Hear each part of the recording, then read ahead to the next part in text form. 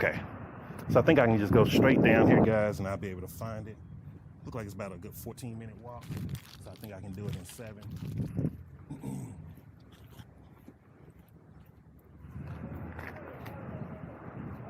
And so I think I cut the camera off both times, but 2 people recognize me from TikTok, man. That's really cool. Like I really want to say, like, if you see me in public, I don't care what country I'm in, just come talk to me. Like, I'm a very sociable person.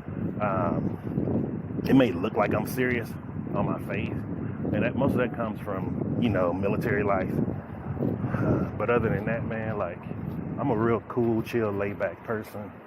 And like I tell people, like, I just see family here. Like, everybody here looks like somebody that was either a friend, a family of a friend, lifelong friend.